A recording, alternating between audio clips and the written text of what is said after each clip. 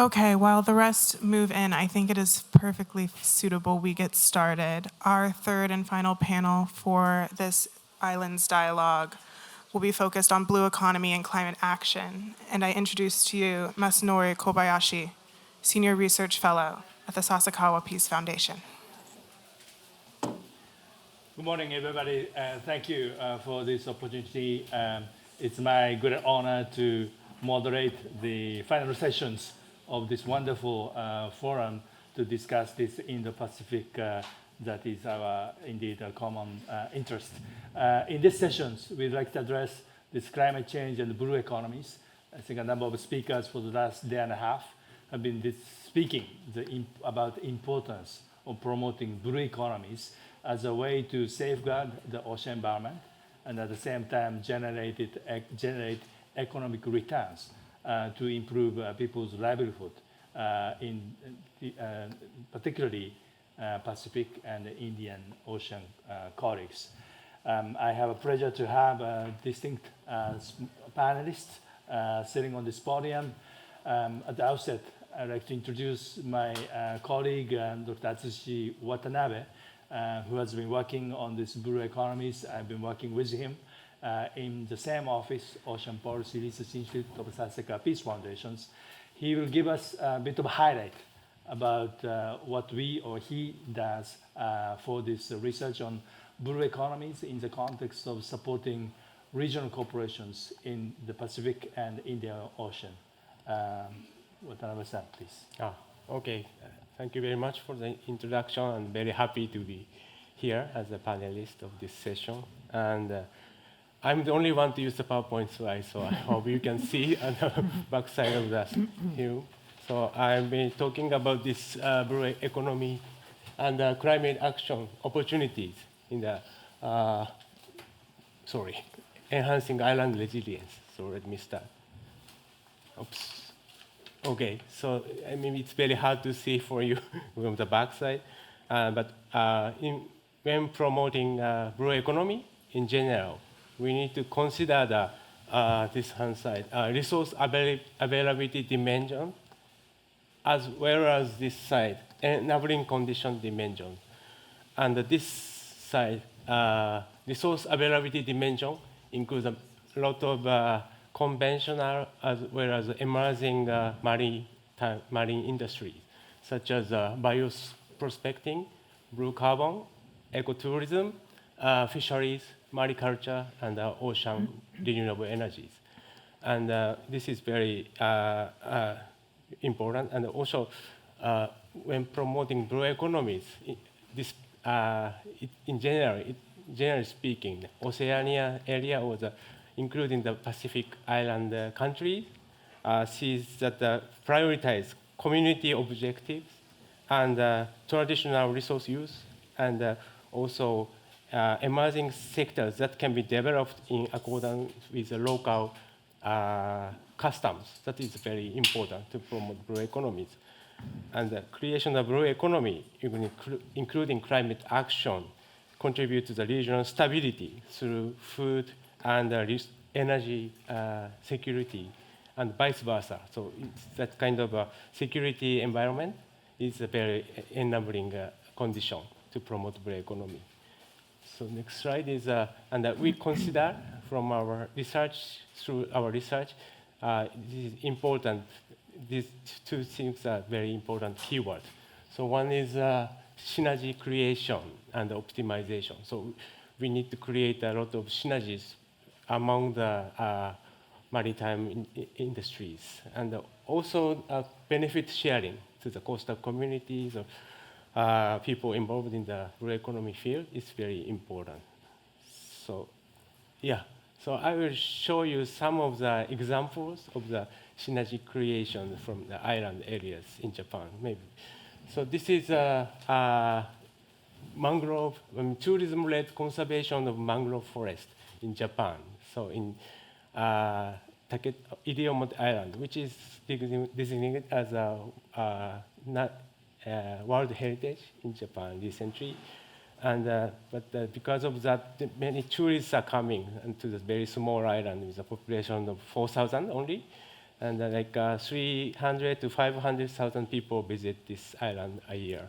So the sustainability of the island tourism is a very important pressing issue here.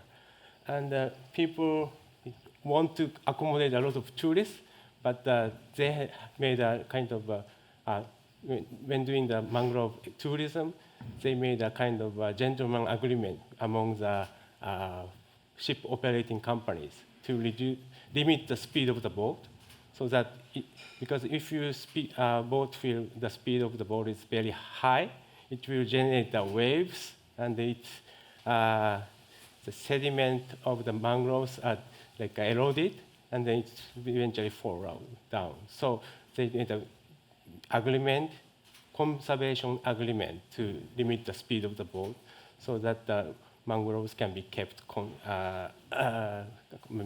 conservation of the mangroves secured. And also, this area is used for the ecotourism activities and also education opportunities for the local school kids. And it also gives us a blue carbon benefit, which mangrove is a very effective carbon sink. It can sequester carbon dioxide from the atmosphere. And next is also the multi-stakeholder engagement in the coral reef restoration. So this coral reef is in general being deteriorated due to the climate change impact. And people are trying to restore, local fishermen or even the tourists joining the restoration program in the coral reefs. But also this coral reef space is used for seaweed farming at the same time. And it is called mozuku, and the mozuku is sold to the consumers. And this revenue from the consumers, 1% of the revenue is used for this sustainably continue this kind of coral reef restoration program, as well as combating the environmental pollution. I mean, pollution coming from land-based activities. So this is a very unique way to restore coral reef restoration and the aquaculture and the tourism and the small-scale financing in the same space. And the final example is multiple use of the deep sea water resources. So deep sea water has a very cold temperature, and it has a very big difference of the water temperature between surface and deep water. So making use of these temperature differences, you can generate the energy and the electricity.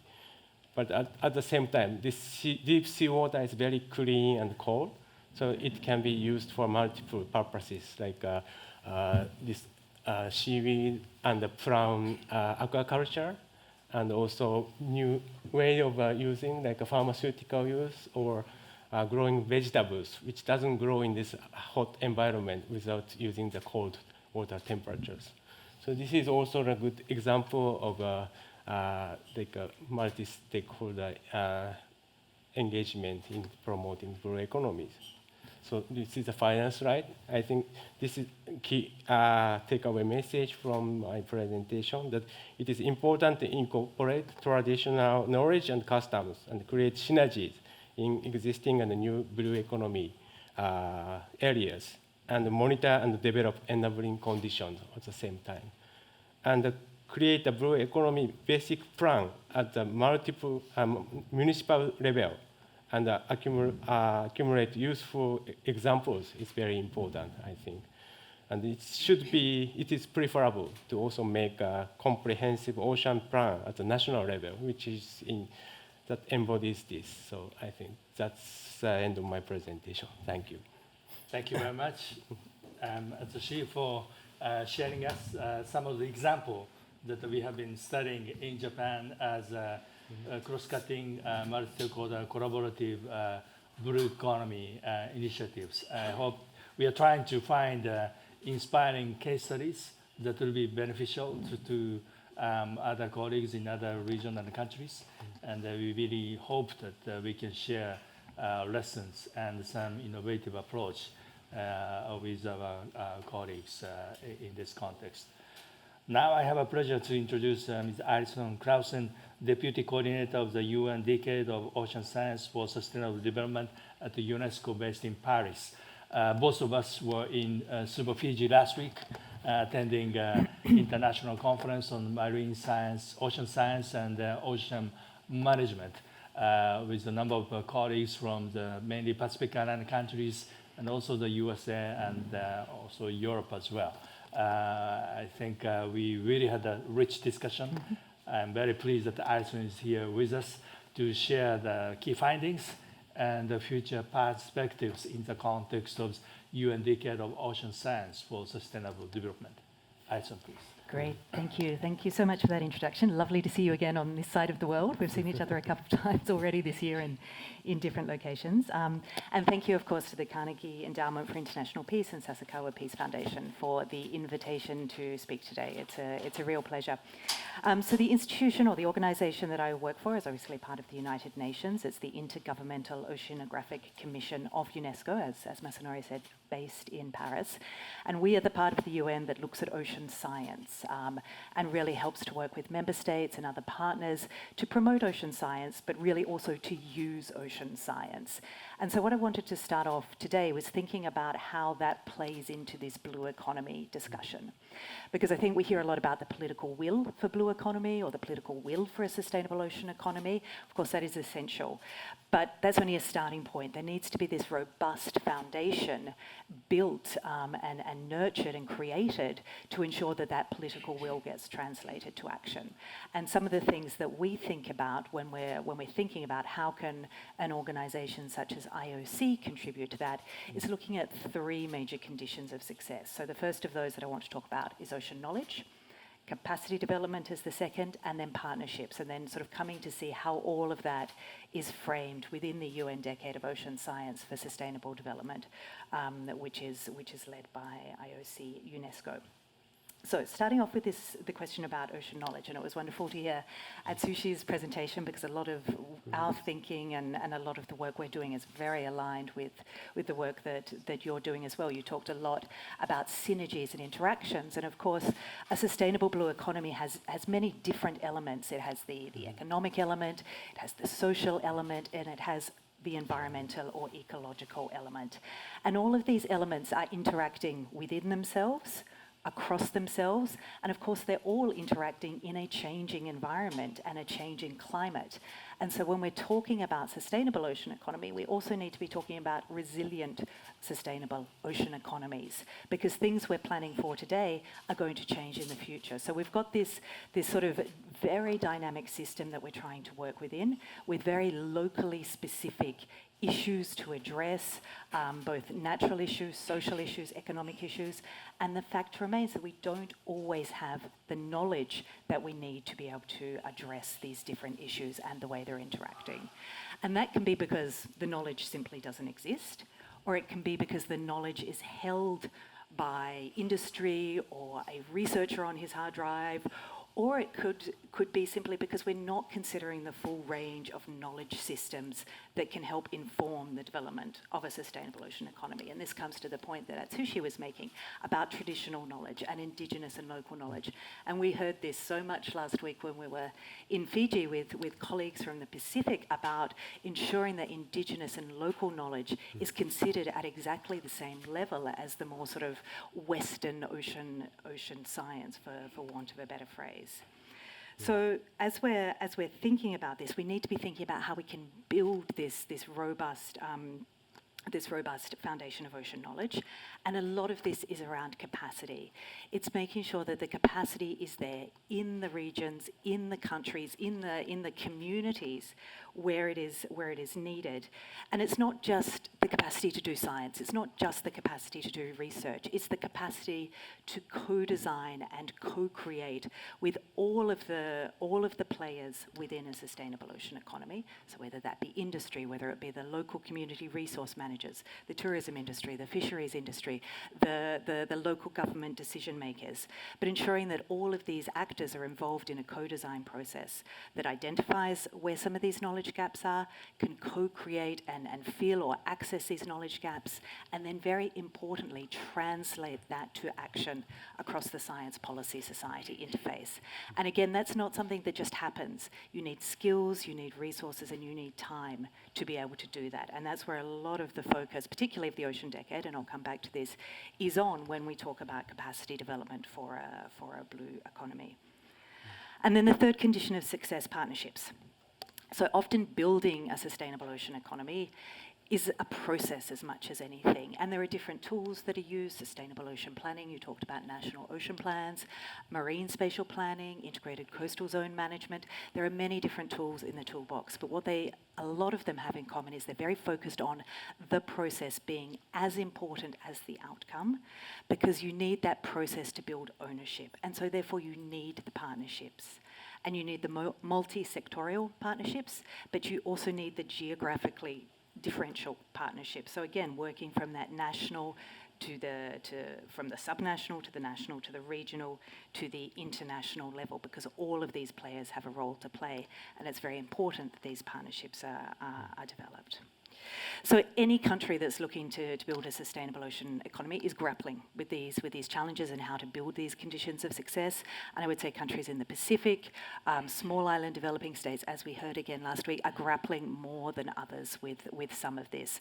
And this is where some of the work and discussions we had during the conference last week, which was very much focused on sustainable ocean management, are really helping to, or trying to look at some of the solutions. And they're looking at those solutions within the framework of the UN Decade of Ocean Science for Sustainable Development, which is coordinated by IOC UNESCO on behalf of the UN system, but which is a global initiative which has as its vision statement the science we need for the ocean we want. And it's very much about transformative ocean science, ocean knowledge generation, and really changing the way that individuals and institutions can interact and understand and make decisions and take action around the ocean.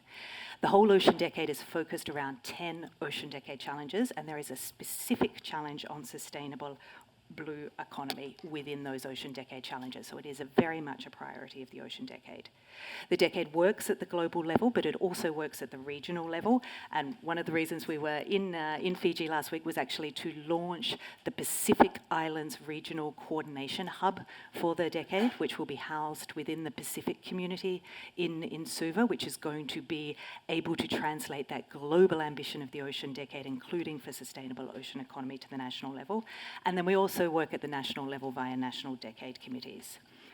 There are currently 47 global programs and over 270 projects working within the Ocean Decade. Many of these touch on sustainable ocean economy, but there are still very few working in or led by the Pacific.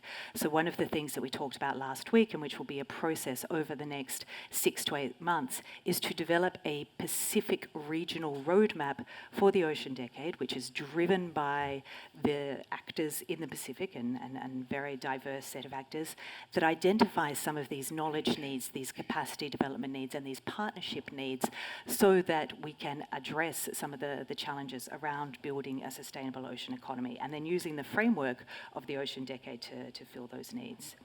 We're also working to operationalize the Ocean Decade Capacity Development Facility, which will be a demand-driven initiative working with partners in small island developing states, least developed countries, to identify what are their specific capacity development needs, and then playing a role of matchmaking and bringing in new partners to be able to really fulfill those needs. And then the decade's also creating partnerships, and I mentioned the regional partnerships, the national partnerships, but of course, being part of the United Nations, we also have that capacity to work at the international level. And so just last night we had an event here at another location, but which was the launch of a new collaboration agreement and a joint action framework between the Ocean Decade Alliance and the SIDS Coalition for Nature, which is looking at how we can use some of these global and international processes to really support SIDS countries, least developed countries, to access the investment they need in ocean science and bring the partnerships that they need in ocean science to be able to develop the knowledge and the skills to really contribute to a sustainable ocean economy. So the Ocean Decade is not, it's not the panacea, the be-all and end-all, but we are certainly very aligned, I think, and really trying to, in a very practical way, solve some of the challenges that the Pacific countries and small island developing states are facing more generally in the development of a sustainable ocean economy. So I'll leave it there. Thank you, Alison, for giving us a very good overviews about the UN Decade of Ocean Science for Sustainable Development. I would say that it's a decade-long program that leads up to the 2030. So we still have, I don't know, long years or the short years, but in any event, we really try to find and share the knowledge to resolve the problems that we have faced with our coastal and the marine resources. I'd also say that UNESCO, I was informed that member countries and the Secretariat give a priority to this UN Decade of Ocean Science, and I hope that we really generate good practices and success stories arising from these ocean science efforts. Thank you indeed, Alison. Next, I have a pleasure to introduce Dr. Satyendra Prasad. He's a non-resident senior fellow in the South Asia and Sustainability, Climate, and the Geopolitics program at the Carnegie Endowment for International Peace. He's also a climate lead for ABT Associates based in Australia. But he's better known as a former ambassador of Fiji to the United Nations, and he's one of the very senior articulate diplomats on global environment issues, particularly climate and ocean. We are very pleased to have Ambassador Prasad with us. Please share with us your wisdom on this subject. Thank you very much, San. Good afternoon, ladies and gentlemen. I'll make a few general remarks about climate and oceans in the Blue Pacific context, and I think it's a segue from these two fantastic presentations as well. But before that, let me just preface, for those who don't know the Pacific, it's pretty large. It is.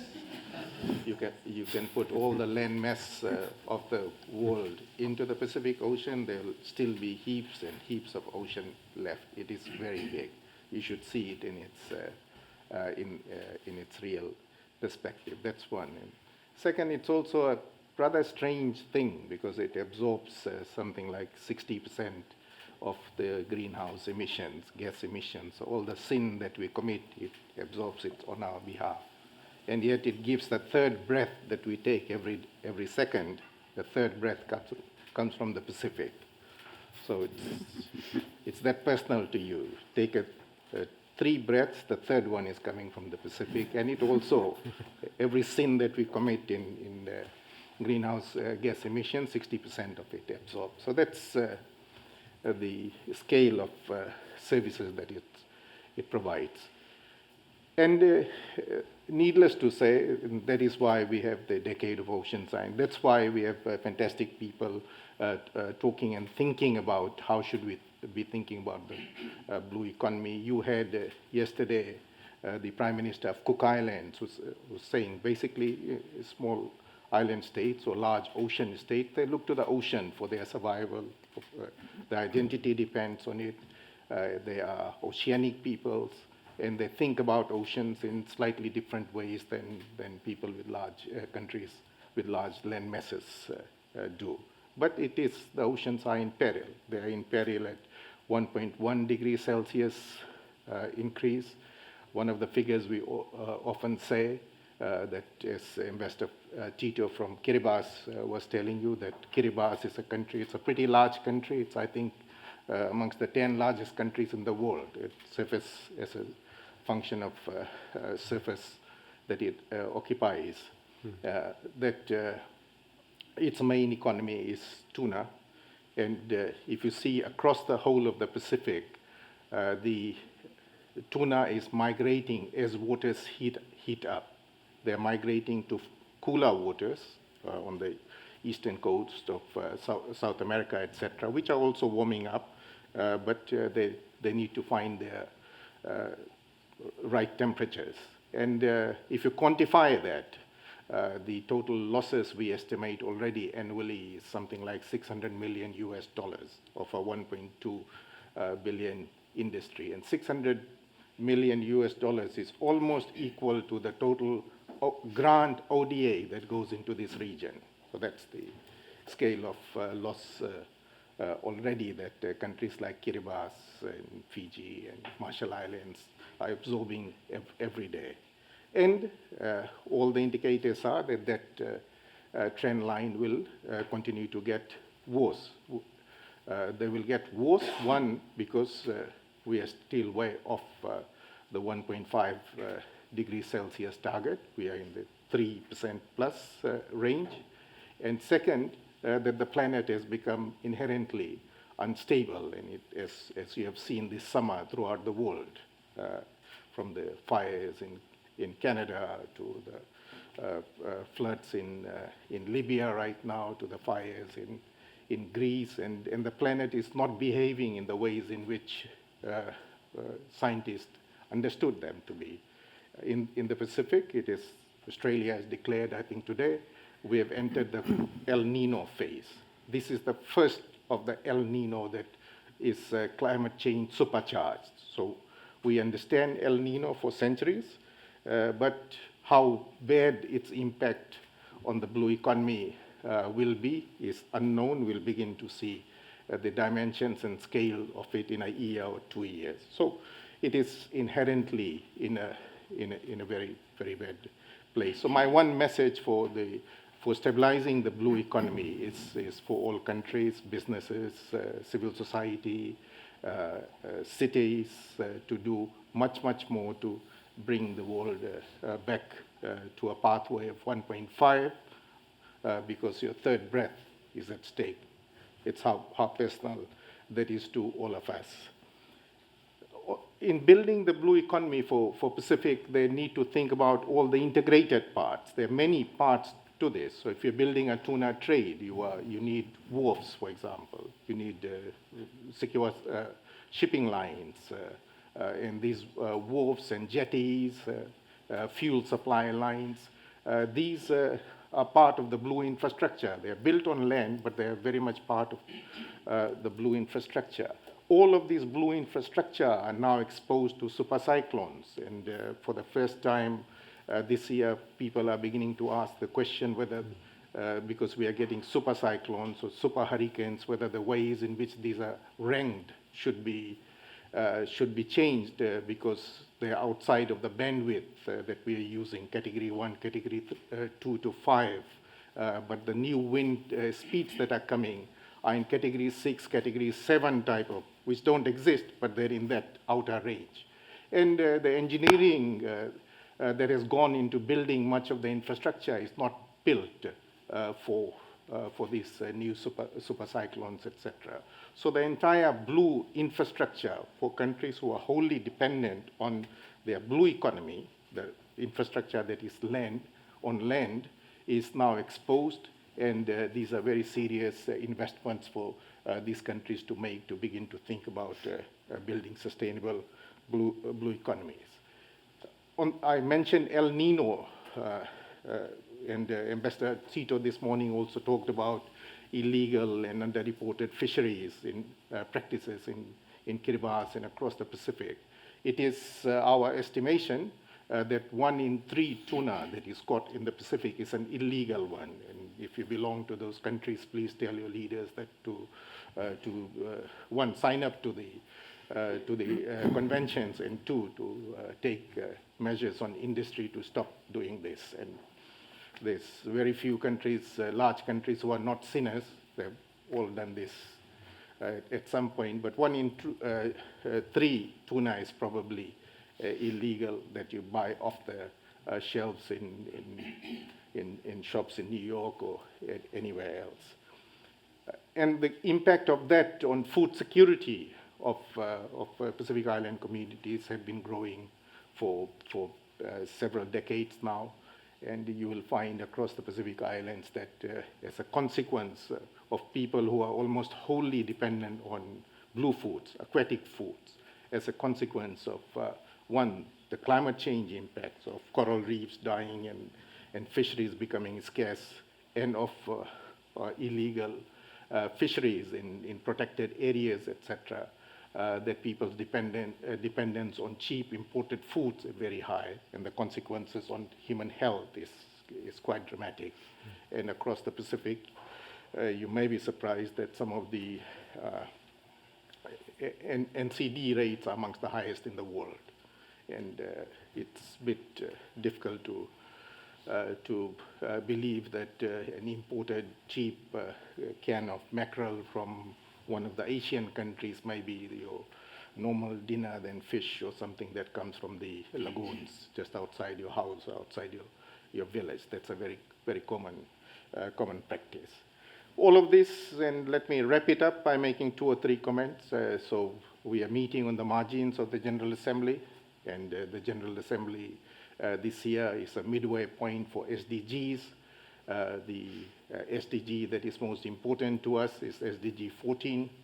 SDG 14 is the least of the funded of all of the SDGs. Less than 2% of overall financing in SDGs goes into life below water, and so that some of the progress and the scale and level of progress that countries could have made is reflected just by this.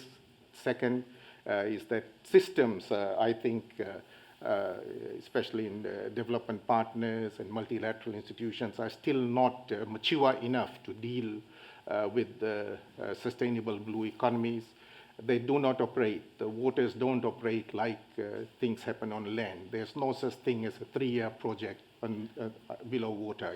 You don't control currents. You don't control very few vectors that you can control. By very nature, blue investment is something like a 10-year program. If you are in coastal protection, in mangrove protection, etc., you will not see them grow for 6 years. So about 20% of them may grow up. So the entire system needs to be able to think in very different way. Then the scale of funding that is available to SDG 14 to rebuild some level of stability in the blue economies needs to be vastly increased, and to give us give small island states who are wholly dependent on the blue economy fighting chance, but 2, to give us all as well a fighting chance. Thank you very much. Thank you very much, Ambassador Prasad, for referring to a number of key issues. And I may say that adaptation in the fishery sectors, the Pacific Island countries are having difficulties to access to the funding for such a project. And IUU, illegal and unreported and unregulated fishings, major distance fishing nations are not yet the parties to this FAO's Port State Measures Agreement. We still have lots of issues that we have to deal with. Maybe I just pose questions to the panelists and ask them to quickly respond, and then thereafter we see whether you have any question or feedback from the audience. One issue I may say to Atsushi is that this blue carbons, this kelp and seagrass, this is one of the key topics that seems to be generating lots of interest from the people who are also attending in this UN General Assembly. Japan has this experimental mechanism to provide incentives for the seaweed farmers based on the carbons that are sequestrated by this seaweed farming. And he was at the international conference in Korea last week. Yeah. And I just wondered whether there can be any replicability of such Japanese mechanisms, whether there can be any prospect as to how we can really generate such incentive measures for other countries that can promote blue carbons, particularly seagrass, algae, and the kelp. Okay, thank you, Masanori-san. Yes, I'm promoting the blue carbon credit mechanism in Japan, which is on the domestic voluntary carbon market, we call it, and which can facilitate the restoration or the conservation of the seagrass or seaweed or even the seaweed farming activity, which can contribute additionally to the climate mitigation impact. And yeah, actually we started this implementation 3 years ago from 2020. And first year we had only one project in Japan, but the last year we had 21 projects from Hokkaido, northern part of Japan to the southern part of Japan, and now it's growing in domestically. And many countries, including Korea, China, or even Indonesia, Philippines, they are interested in making their own programs in their countries, and they have their specific blue carbon ecosystem like mangroves or seaweed farming, which is applicable to like tropical countries, and also can be applied to the small island developing state in the Pacific or Indian Ocean. And I hope that what we are experiencing in Japan and the lessons learned can be replicated in the other countries, and I'm happy to share our experiences. Thank you. Thank you, Tsushi, and you can ask him later on about what are the lessons learned so far from Japan on this blue carbon mechanisms as well. So another question that Alison is that I think Pacific Island countries, they really have a well-designed regional institutional mechanisms. But here in this conference, we're discussing about Indo-Pacific, and then the Indian Ocean itself has its own mechanisms. And I see some regional variations in terms of the response and the actions to promote ocean science. And I just wondered if you can make a comment as to what are the gaps in terms of mobilizing stakeholders in Indo-Pacific regions, and see how we can really instigate the actions and the research and solutions, particularly in this region of Indo-Pacific in terms of UN Decade of Ocean Science. Yeah, it's a great question because, of course, the ocean doesn't have those boundaries, right? I mean, we need to have those collaborations across different ocean basins. And I think there are different ways. I mean, I really like what Atsushi has been mentioned a couple of times about case studies and learning by example. And what we're hearing a lot from partners that we're working with in the decade, which is, as I mentioned, a global framework for convening actors, that they want to have cooperation between regions that they feel an affinity with, or that there are clear examples, and that some of the traditional ways of sharing case studies, always coming from the global north to the global south, are not the way that is the most impactful or the most effective for people to be able to share and collaborate. So one of the things that we're trying to do within the decade, and I mentioned the regional coordination hub in the Pacific Islands that was launched last week. There is a similar regional coordination hub for the Indian Ocean, and we're also developing a similar coordination hub around Africa. And each of those hubs are working on their own roadmaps, their own priorities, driving some of those priorities for the region. But we're also working with them to create a network and intra-regional exchange. So that's one way where we're having or trying to facilitate some of those conversations across the Indo-Pacific by having partners who are leading some of the coordination around decade initiatives, speaking to each other, learning from each other, having joint events, having joint workshops. And the other way we're doing it is, I mentioned the 47 global programs that are working under the decade around these 10 Ocean Decade Challenges. Now, they're working all across the world. They're lead institutions from 60 different countries. It's very diverse in terms of the geographical spread, including from the Pacific, from the Indian Ocean, and other areas. And we're organizing them into very loose, informal communities of practice, which are thematically based, so whether they're looking at sustainable ocean economy, sustainable blue food, whether they're looking at the ocean climate nexus, these thematic communities of practice, which are facilitated by IOC UNESCO through the decade, are able to find and facilitate and nurture some of those regional collaborations. And we're starting to see that. We're starting to see some of these partnerships, some of these conversations come up. The early career ocean professionals are very good at this. We have, a younger generation who is just itching to speak to others outside their region and have been really leading the way in some of this. But certainly those mechanisms exist in the decade. They will continue to grow. As you said, we've got another 7 years, and these mechanisms will continue to solidify throughout the decade, and we hope beyond, to really anchor some of that intra-regional collaboration and coordination. Thank you, Alison. I really hope that we can expand this regional and inter-regional partnership for the ocean science. And I see Julian sitting here also overseeing this ocean science and together with Alison, and you can get back to them to find out more about this UN Decade of Ocean Science for Sustainable Development. Can I also ask Ambassador Prasad and new Fijian Prime Minister Rambuka is also here. President Biden was speaking this morning. What kind of messages you like to encourage the political leaders assembled here at the UN General Assembly to disseminate to the world about how we can really collaborate to promote sustainable ocean, sustainable blue economies, and ocean science for sustainable development? Thanks. Okay, so that I have to think slightly hard about that, but it has to be a simple message. So, one, we know that that this General Assembly is focused on SDGs, and the whole of the SDGs, the plan that we have, is off track, way off track.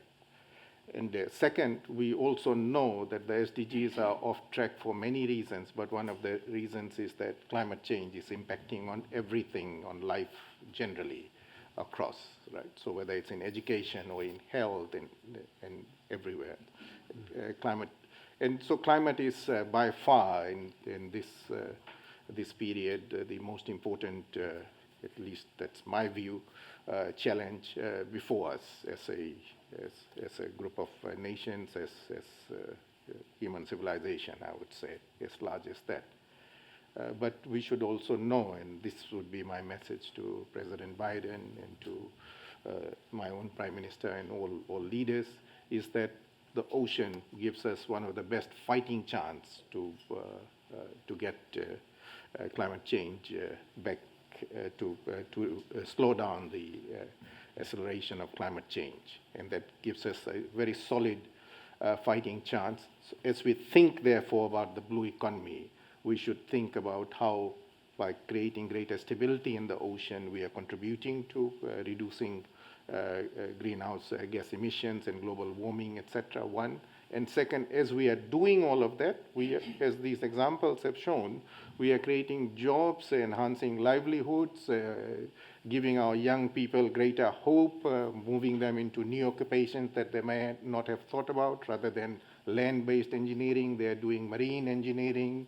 Rather than the traditional land-based occupation, they're developing new skills that are needed for the blue economy. So we will fire up young people with hope, energy, dynamism, and they will create the solutions, the scale of solutions that we need. And that would be my message. And my last, related to that, the message would be that the starting point for SDG 14 for the blue economy would be at least a doubling of the level of scale of resources that are there.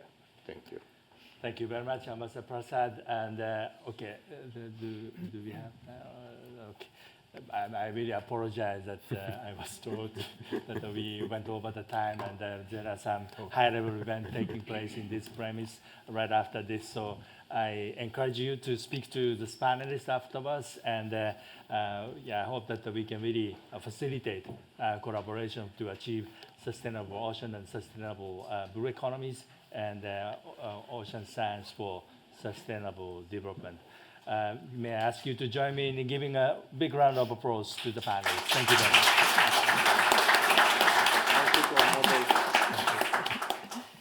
Thank you, Masanori Kobayashi. Hello, everyone. My name is Jessica Greeley, and I am the research analyst for the South Asia program at the Carnegie Endowment for International Peace. And before I let you go to lunch, I just want to say, on behalf of the Carnegie Endowment and the Sasakawa Peace Foundation, we are so pleased that you are able to join us. We want to thank you for coming and partaking in these conversations, and we hope you join us at future iterations of the Indo-Pacific Islands Dialogue. Please note that if you really feel inclined, all of the videos recordings will be on the Carnegie Endowment YouTube under a playlist for you to review. Deep appreciation goes out to our moderators, our panelists, and the staff working throughout the event, and to all of you once again for coming. Please join us for lunch. Thank you.